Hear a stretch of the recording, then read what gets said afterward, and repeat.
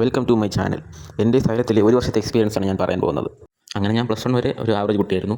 എന്നാൽ +2 ഞാൻ അത്യാവശ്യം പഠിച്ചു തുടങ്ങി. അങ്ങനെ എൻട്രൻസ് എഴുതി MBBS കയറണം എന്ന പ്ലാനിൽ ആയിരുന്നു ഞാൻ. പക്ഷേ ഞാൻ +2 ഒരു കോച്ചിങ്ങൊന്നും ചേർന്നില്ല. +1 +2 സൈലത്തിൻ്റെ യൂട്യൂബ് ചാനലിൽ ക്ലാസ്സൊക്കെ കണ്ടായിരുന്നു.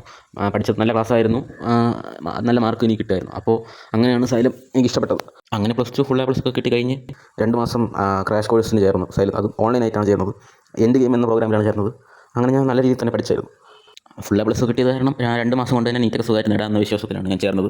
പക്ഷേ 2 മാസം കൊണ്ടൊന്നും നീറ്റ് കിടക്കാൻ പറ്റില്ല എന്ന് പിന്നെയാണ് പരീക്ഷ കഴിഞ്ഞ ശേഷമാണ് എനിക്ക് മനസ്സിലായത്. 5 ലക്ഷം എന്തോ എൻ്റെ ഓൾഡ് റാങ്ക്, അതായത് 305 മാർക്ക്. അപ്പോൾ സ്വാഭാവികമായിട്ടും എല്ലാവരും ചെയ്യുമ്പോൾ റിപ്പീറ്റ് ചെയ്യാമെന്ന് വിചാരിച്ചു. അതും സൈലത്തിൽ തന്നെയാണ്. ഓൺലൈൻ ധീര ബാച്ചിലാണ് ഞാൻ ചേർന്നത്. അങ്ങനെ ജൂണിൽ ക്ലാസ്സൊക്കെ തുടങ്ങി. ക്ലാസ്സൊക്കെ നല്ലതായിരുന്നു. ഒട്ടുമിക്ക ടീച്ചേഴ്സും ക്ലാസ്സൊക്കെ നല്ലതായിരുന്നു. ബോട്ടണിയിലെ ഒരു ടീച്ചർ ഒഴികെ ബാക്കി എല്ലാവരും അത്യാവശ്യം നന്നായിരുന്നു. അങ്ങനെ ഞാൻ എൻ്റെ മാക്സിമമായിട്ട് പഠിക്കുമായിരുന്നു. പക്ഷേ എത്ര പഠിച്ചാലും മോക്ക് ടെസ്റ്റിൽ മാർക്ക് കുറവായിരുന്നു എപ്പോഴും. അങ്ങനെ എനിക്ക് പ്രഷറൊക്കെ കയറിയെങ്കിലും പക്ഷേ പിന്നെയും പഠിച്ചുകൊണ്ടേയിരുന്നു. പിന്നെ ധീര ബാച്ചിൽ ലൈവ് ക്ലാസ്സസും റെക്കോർഡ് ക്ലാസ്സസും ഉണ്ടായിരുന്നു. ഞാൻ റെക്കോർഡ് ക്ലാസ്സസ് ആയിരുന്നു കണ്ടിരുന്നത്. റെക്കോർഡ് ക്ലാസ്സസിൽ നല്ല ലെന്ത് കൊണ്ടായിരുന്നു എല്ലാ ചാപ്റ്റേഴ്സും ഡീറ്റെയിൽ ആയിട്ടായിരുന്നു പഠിച്ചത്. മെയിൻസ് ലെവലായിരുന്നു കൂടുതലും അവർ പഠിപ്പിച്ച ക്വസ്റ്റ്യൻസൊക്കെ ആണെങ്കിലും. പിന്നെ എനിക്ക് സൈലത്തിന് DPP ഉണ്ടായിരുന്നു. അത് അത്യാവശ്യം യൂസ്ഫുൾ ആയിരുന്നു. ഏറ്റവും കൂടുതൽ ഞാൻ കണ്ടുള്ളത് അനന്ത് സാറിൻ്റെ ക്ലാസ്സായിരുന്നു. അനന്ത് സാറായിരുന്നു ഏറ്റവും അടിപൊളിയായിരുന്നത്. പിന്നെ സൈലത്തിൻ്റെ GAB എക്സാം ഓഫ്ലൈനായിട്ട് ഞാൻ പോയി എഴുതിയിരുന്നു. പിന്നെ എക്സാംസൊക്കെ അത്ര എഫക്റ്റീവായിട്ട് തോന്നിയിട്ടില്ല. അതാണ് ഒരു നെഗറ്റീവായിട്ട് എനിക്ക് തോന്നിയിട്ടുള്ളത്. ഇപ്പോൾ എങ്ങനെയാണെന്ന് എനിക്കറിയില്ല. ഞാൻ കഴിഞ്ഞ വർഷത്തെ കാര്യമാണ് ഞാൻ പറഞ്ഞത്. അങ്ങനെ സൈലം ഓരോ മാസം തോറും ഓരോ പുതിയ പുതിയ ബാച്ചുകൾ ഇറക്കുമായിരുന്നു. ഞാൻ ഏതെങ്കിലുമൊക്കെ ബാച്ചിൽ അങ്ങനെ റിവൈസ് ചെയ്തുകൊണ്ടിരിക്കുമായിരുന്നു. പക്ഷേ എല്ലാ ബാച്ചിലും സിമിലർ കണ്ടൻസ്, സിമിലർ സ്ലൈഡ്സ് ആയിരുന്നു ഉപയോഗിച്ചിരുന്നത്. പിന്നെ അവസാന സമയമായപ്പോൾ മോക്ക് ടെസ്റ്റ് ഫുൾ എന്തൊക്കെ ലേറ്റായിട്ടാണ് തുടങ്ങുന്നത്. പക്ഷേ ബ്രില്യൻറ്റിലൊക്കെ നേരത്തെ തുടങ്ങിയതായിട്ടാണ് ഞാൻ അറിഞ്ഞായിരുന്നു.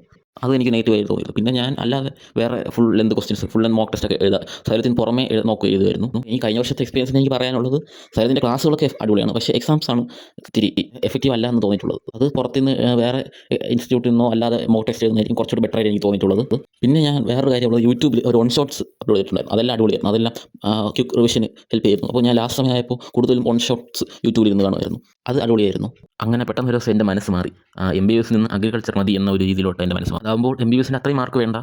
ചിലപ്പോൾ ഞാൻ MBBSന് വേണ്ടി ഇനിയും റിപ്പീറ്റ് അങ്ങനെ ചിലപ്പോൾ ലൂപ്പിൽ പെടാൻ താല്പര്യമില്ലാത്തതുകൊണ്ടാണ് പിന്നെ അങ്ങനെ ചെയ്തു. അങ്ങനെ വർഷങ്ങളായി എഴുതിയിട്ടും കിട്ടാത്ത ആളുകൾ എനിക്ക് അറിയായിരുന്നു.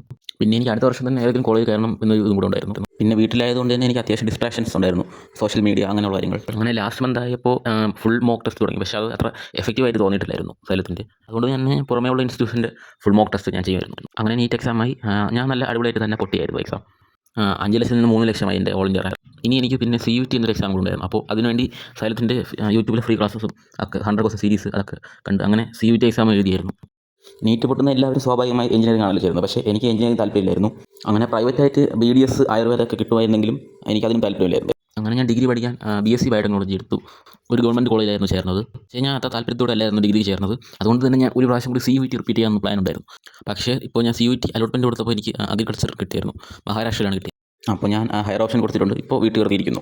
അപ്പോൾ നിങ്ങൾക്ക് എന്തെങ്കിലും ചോദിക്കാനുണ്ടെങ്കിൽ കമൻറ്റ് ചെയ്ത് ചോദിക്കുക. പിന്നെ ഈ വീഡിയോ ഇഷ്ടപ്പെട്ട ലൈക്ക് ചെയ്യുക, ചാനൽ ഇഷ്ടപ്പെട്ട സബ്സ്ക്രൈബ് ചെയ്യുക. ഇനി അങ്ങോട്ട് ഇതുപോലത്തെ വീഡിയോസ് നിങ്ങൾക്ക് പ്രതീക്ഷിക്കും. അപ്പോൾ എല്ലാവർക്കും നന്ദി.